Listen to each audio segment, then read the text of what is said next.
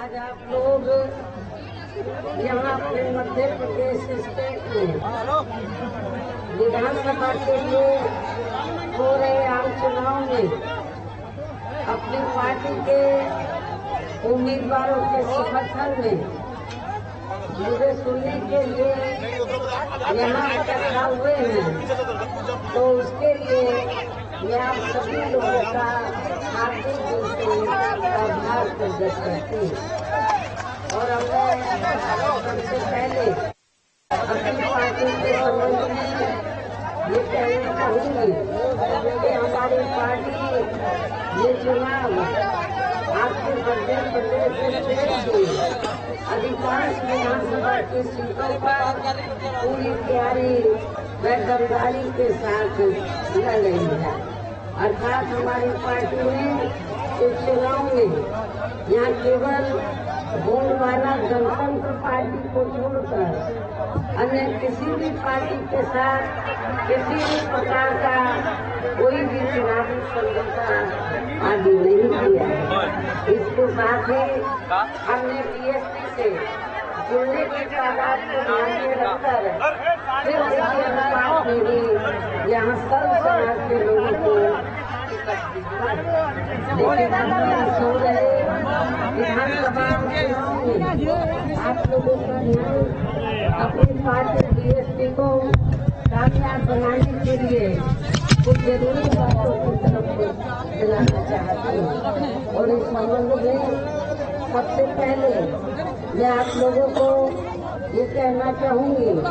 कि अपने देश को आजाद हुए और भारतीय संविधान को भी लागू हुए अब यहाँ वर्षों बीत चुके हैं। और इस लंबी अवधि में केंद्र में आपके प्रदेश में भी यहाँ विभिन्न विरोधी पार्टियों की सरकारें रही, लेकिन दुख की बात यह है कि इस दौरान यहाँ सभी विरोधी पार्टियों की रही सरकारों ने आपके प्रदेश सहित पूरे देश में भी सर्व समाज में से विशेषकर दलितों, आदिवासियों, पिछड़े वर्गों, मुस्लिम व अन्य धार्मिक अल्पसंख्यकों के साथ साथ गरीबों, मजदूरों, किसानों, व्यापारियों एवं अन्य मेहनतकश लोगों का भी पूर्ण रूप से विकास व उत्थान आदि नहीं हो सका है। जिनकी सरकारों की नीतियों व कार्यशैली को अभी ने और ज्यादा आजमाने की जरूरत नहीं है। और इस मामले में खासकर मैं दलितों, आदिवासियों व अन्य पिछड़े वर्गों के लोगों को ये भी बताना जरूरी समझती हूँ कि इन्हें परम पूज्य बाबा साहब डॉक्टर भीमराव अम्बेडकर के कड़े संघर्ष एवं अथक प्रयासों से भारतीय संविधान के तहत मिले कानूनी अधिकारों में से खासकर सरकारी नौकरियों में जो आरक्षण की सुविधा मिली है, तो उसे भी यहाँ शुरू से ही इन वर्गों के प्रति हीन व जातिवादी मानसिकता रखने वाली सभी विरोधी पार्टियों की रही सरकारें प्रभावहीन बनाने में तथा इसे अब धीरे धीरे खत्म करने की भी पूरी कोशिश में लगी हुई है। यही मुख्य वजह है कि देश में आजादी के बाद व शुरू में केंद्र व अधिकांश राज्यों में भी काफी लंबे समय तक सत्ता में आसीन रही कांग्रेस पार्टी ने और अब पिछले कुछ वर्षों से केंद्र एवं काफी राज्यों में भी बीजेपी व अन्य विरोधी पार्टियों की रही सरकारों ने इनका ये आरक्षण का कोटा अभी तक भी पूरा नहीं किया है। पदोन्नति में आरक्षण को तो इन्होंने मान्य कोर्ट की आड़ में काफी हद तक खत्म ही कर दिया है। और इस मामले में लगभग यही खराब स्थिति हमें यहाँ आपके मध्य प्रदेश स्टेट में भी देखने के लिए मिल रही है। इसके साथ ही अब इन वर्गों के लोगों को प्राइवेट सेक्टर में आरक्षण दिए जाने की व्यवस्था किए बिना ही केंद्र व राज्यों में भी ज्यादातर सरकारी कार्य यहाँ प्राइवेट सेक्टर के जरिए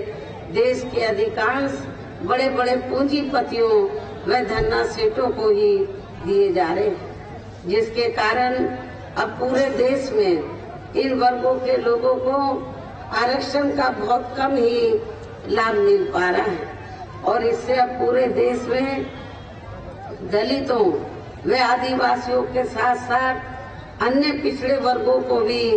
काफी ज्यादा नुकसान हो रहा है। जबकि अन्य पिछड़े वर्गों के लोगों को ये भी मालूम होना चाहिए कि इन्हें जो आरक्षण की सुविधा मिली है, अति पिछड़े वर्ग के लोगों को ये देन कांग्रेस पार्टी की नहीं है, बीजेपी एंड कंपनी के लोगों की नहीं है, बल्कि बहुजन समाज पार्टी की है। आप लोगों को मैं ये याद दिलाना चाहती हूँ कि जो अति पिछड़े वर्ग के लोग हैं, इनको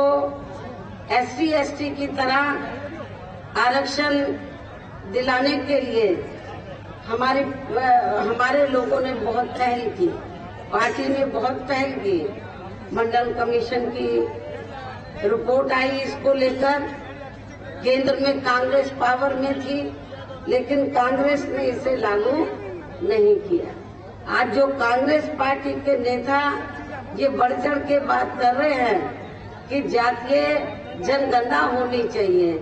किस मुंह से ये लोग जातीय जनगणना की बात कर रहे हैं? जिन्होंने अति पिछड़े वर्ग के लोगों को आरक्षण नहीं दिया, मंडल कमीशन की रिपोर्ट लागू नहीं की,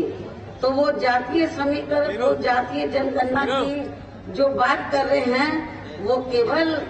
अति पिछड़े वर्ग के लोगों को गुमराह करने के लिए। इसलिए अति पिछड़े वर्ग के लोगों को मैं ये बताना चाहती हूँ कि आप लोगों को इस किस्म की पार्टियों से जो हवाई बातें करते हैं उनसे बहुत सावधान रहना है, क्योंकि अन्य पिछड़े वर्ग के लोगों को ये मालूम होना चाहिए, इन्हें मंडल कमीशन की रिपोर्ट के तहत आरक्षण की ये सुविधा केंद्र में कांग्रेस पार्टी की रही सरकार में नहीं मिली है, बल्कि बीएसपी के कड़े संघर्ष एवं अथक प्रयासों से ही केंद्र में रही श्री बीपी सिंह की सरकार में इन्हें ये सुविधा मिली है, जिसका अब यहाँ जातिवादी विरोधी पार्टियों की सरकारें इन्हें पूरा लाभ नहीं दे पा रही हैं। इसके साथ ही श्री बीपी सिंह की सरकार में इन वर्गों के मसीहा परम पूज्य बाबा साहब डॉक्टर भीमराव अम्बेडकर को भी यह भारत रत्न की उपाधि से सम्मानित किया गया है, जिसके लिए वो हर प्रकार से पात्र भी थे, जो बहुत पहले ही